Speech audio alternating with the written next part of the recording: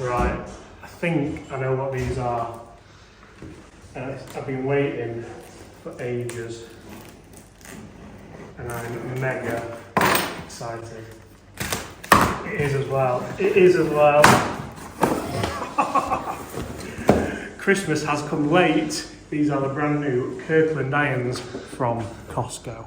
Oh, yes, Gabe.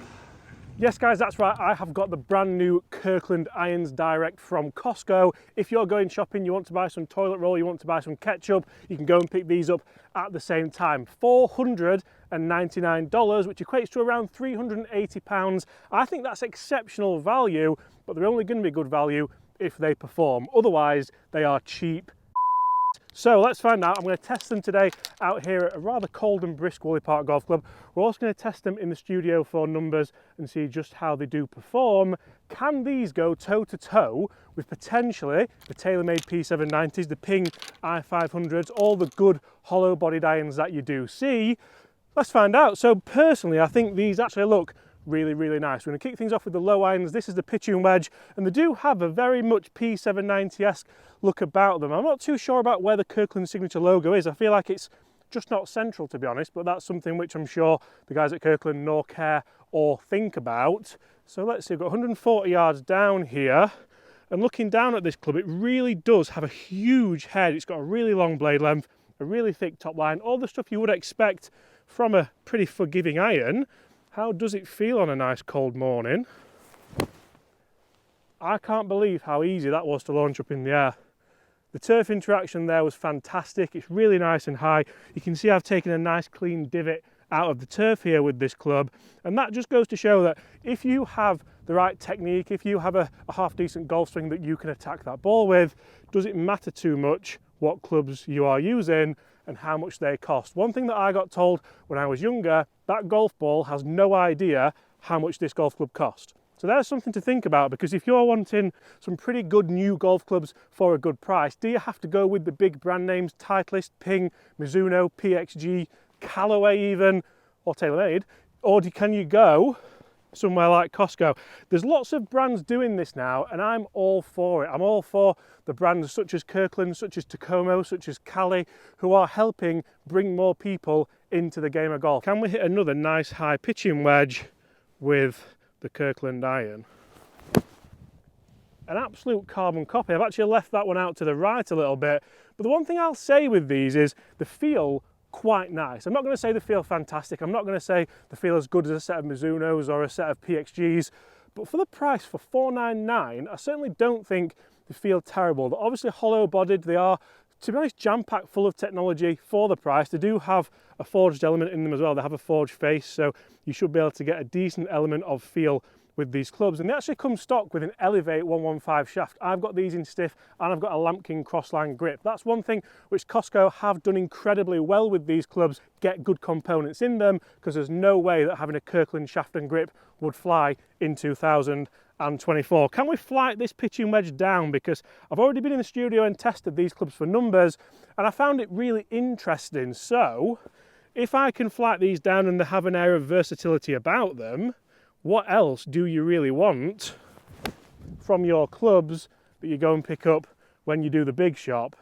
I've managed to keep that down a little bit, but I have pulled it just a touch. One thing I will say about these clubs is they are heavily designed for maybe a beginner golfer, maybe a high handicap golfer. You can see just on screen now how much offset they have, how thick that top line is, and of course how long the blade length is. So for me, the jury might be out if you're a low handicap and mid handicap player, but what low handicap player is walking into Costco to buy golf clubs? Not sure there's many.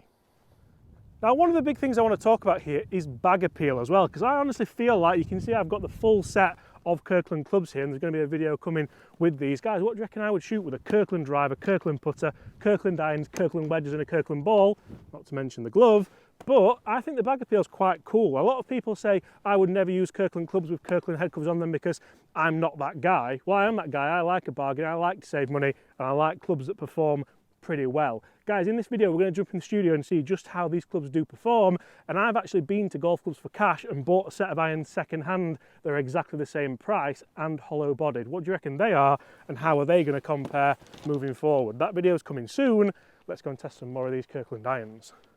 So from the pitching wedge, into the long irons in these clubs actually look really, really nice. If you want a bladed looking club, if you want something that has an air of a P790, a Ping i500, a Cobra Forge Tech about it, these could actually be quite nice. And I actually really, really like the look of especially this 4-iron, because the 4-iron to me looks a little bit like a P790 driving iron. I'd love to maybe put a hazardous 6.0 shaft in this and see just how hot this head did come off. They are pretty strong lofted. I'll put all the lofts on screen now so you can see them, but that is designed just to help you get a little bit more out of them. Obviously loft jacking has been a huge issue or a huge thing for a lot of golfers recently, but I think these are always going to be made to go a long way, aren't they? So looking down at this, the blade length looks more in relation to a nice standard set of irons. The pitching wedge for me maybe looked a little bit too long, but certainly with this, it's more where you would want it. It's still a nice thick top line. Can we play a nice little draw around this corner?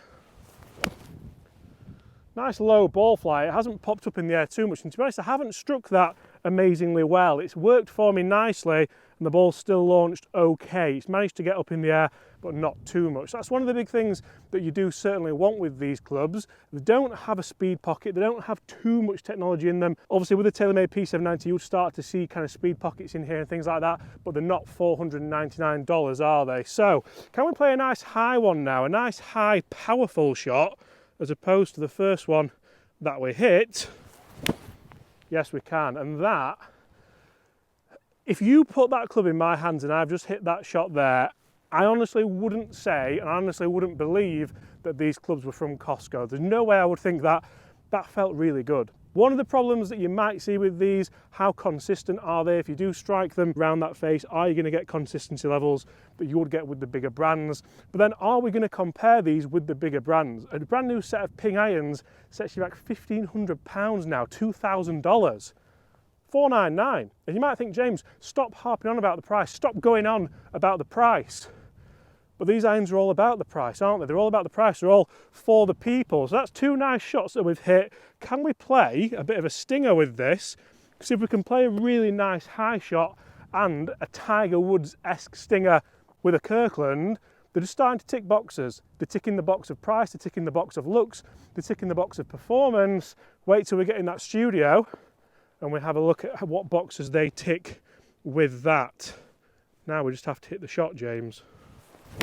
Oh yeah, versatility, big fat, horrible tick in that box. Guys, let's jump in the studio, let's see just how these irons do perform for me. They're quite strong lofted, they're going to be low spin, they're going to hopefully go a long way. Then I'm going to test the mid irons out here and see if potentially they could find their way in my bag or yours. So numbers with the Kirkland Signature irons. We'll kick things off with the pitching wedge, then we've got the 7-iron, we've of course got the 4-iron. How far will these go? 135 is a nice number for me with a pitching wedge. That felt softer than what I anticipated actually. It felt quite nice. Not gone that far. That felt more powerful. That was a better strike. 130.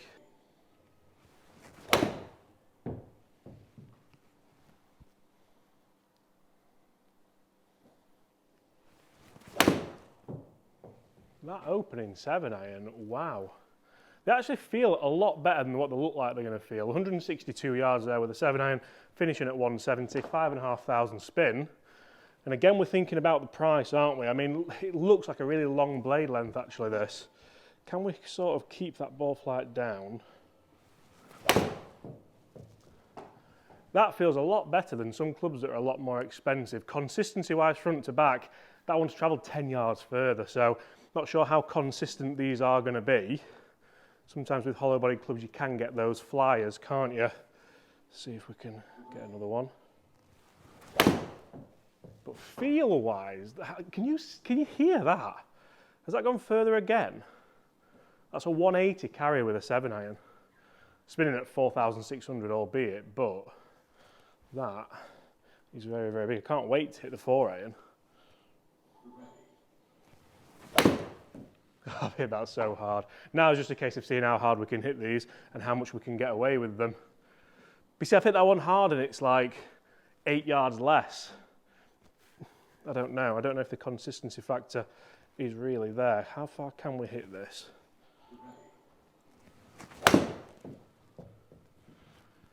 This is what everyone does on simulators, isn't it? 164. So consistency wise, not great. Well, if the 7-iron was anything to go at, this should go miles, and it looks really low lofted straight away.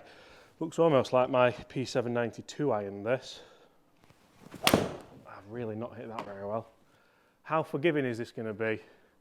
Not very. That's gone the same distance as the 7-iron. See, all I'm trying to do here is hit these really, really hard. That's only gone 199, but 186 carry. Because forgiveness is going to be a big concept, isn't it? That's a toey knuckleball flight. The worry is the gap in between this and the 7. I mean, that's carried 202 with a miss hit, so that's what I mean. You're not going to get maybe forgiveness all the time, but for the price, if you can get it some of the time, I've hit that really good. Really good, totally different ball flight, much higher, 210 carry. And that's going to have more spin on it as well. 4-1 spin for a 4-iron. Hollow bodied 4-iron at that as well.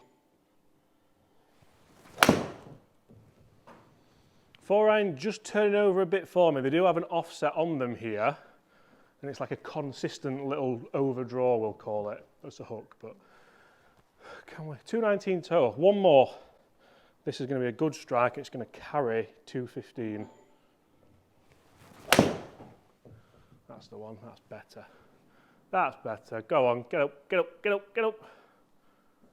205. Guys, let's talk numbers for the brand new Kirkland Signature irons. Because you see, I've actually hit a ton of shots and spent more time hitting these clubs than just for this video. I've been testing them for quite a while, and as you can see, ball speeds are varying quite a lot. The pitching wedge is quite a low ball speed, then the 7-iron's an okay ball speed, the 4-iron's quite a high ball speed, then spin rates are all rather low. And for me, these numbers don't really tell the whole story, because when I hit them really well, they go miles, and then when I miss-hit them, like some of the pitching wedges really didn't go very far at all. So very, very interesting. I think there's definitely something there if you do hit them out the middle, and definitely some decent numbers there for ball speeds and for distances. Would you want to game them if you were trying to get into the low handicap bracket? Maybe not. Let's get back out there and see how these irons perform. And you know, one of the big things I'm really enjoying about these clubs is the turf interaction. Turf interaction for me is a huge factor of how I enjoy clubs. And you can see there we've hit a couple of 4-irons. We've got really nice turf interaction, really nice shallow divots. If the clubs had a little bit of a wonky leading edge, a little bit of a too sharp leading edge, you wouldn't be able to do that. And the fact that they are a budget club and they have thought about how the leading edge potentially interacts with the turf is a huge bonus. And those numbers were really interesting as well. Yes, they've gone a long way. Consistency wise, leaving a little bit to be desired. That's where maybe if you do spend the big bucks, you're going to see more forgiveness around the face. I'm really glad actually I had a bad swinging day with them, because it kind of shows that consistency wise, maybe they're not quite up to scratch if you were going to spend the bigger money. But let's have a look at these mid irons and see if I can go flag hunting with them. So just what do these Kirkland irons actually feature? Because they are, funnily enough, jam-packed full of technology, and I do like to say jam-packed often in videos, especially when a club is jam-packed full of technology. So they do feature stainless steel body, an injected urethane insert, and of course they have internal tungsten weighting just to make these clubs a little bit easy to launch, a little bit more forgiving. You'll see we've got the 7-iron here, and for me this is a club that could potentially be a scoring club for most golfers. This is going to be around about a 150-yard club, isn't it, for a lot of golfers. This is the one you want to hit the greens with. You don't want to be messing up with this. As you can see, plenty of offset. Again, a really, really nice long blade length. So if you struggle with ball striking, it's going to give you a little bit more confidence. And as you start to see, that top line doesn't look maybe as thick or as brutal as the pitching wedge. So starting to feel like maybe this could be a club that you can really start to get on with. That felt good. It felt clipped. It felt like it actually reminded me of a Titleist T200 kind of iron. That's the vibe I'm getting, that's the sound I'm getting, and that's the kind of feel I'm getting as well. You can see that leading edge working really, really nicely with the turf. Again, people are going to be saying, James, what a weirdo you are, why are you bothered about the turf and the leading edge? But for me, turf interaction is a big part of what irons I like to use. Can we take one over that bunker towards that flag? Yes, we can. And what I like about that is you're seeing them just fade nicely. That's a shot I really like to play. I love playing a little bit of a high fade with irons. For me, it's more controllable. I see a better spin rate, I see a better flight window. And even though they've got that offset on them, I can still play that. So it's not stopping me playing the shot I want to play, which is a big thing because not all high handicap golfers struggle with hitting it right, do they? Some of us hit it left, even though I'm a professional, you could say. That felt absolutely gorgeous. I'm really glad I've done this video because I can't quite believe how solid these feel. Yes, the numbers were maybe a little bit interesting when it came to mishits, but for the price, I don't know what we would expect.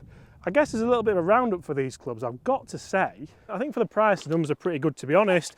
And when it comes to mid-irons, long irons and short irons, very, very impressive, very nice irons. The big thing I'll say about them is the enjoyment factor is certainly there. I could come and play all day here, I could come and clip shots with the pitching wedge like I'm doing here, and the enjoyment factor's there. When I'm looking down at these clubs, I'm not thinking, oh, this is a Kirkland, this is a club from Costco. That was a good one, that one, wasn't it? Oh, it's coming back down, it's spun off. We've got backspin with the Kirkland irons. I'm not thinking I picked these up next to the toilet roll and the wet wipes. I'm not thinking that I don't belong on the golf course, like some people probably think, because I've got a Kirkland ball, glove and irons. I'm thinking, I've got away with that. That was a terrible strike. Go on. Oh, wonderful. We'll take that at the back edge of the green. I'm thinking I've got a really nice looking set of irons that perform well for the price that I've paid for them. Guys, thank you so much for watching. Make sure you do smash that subscribe, and if you want to see more content around the Costco Kirkland irons, driver, wedges, putter, ball and glove. And apart from that, I'll see you all at the same time tomorrow. Thanks for watching. Goodbye.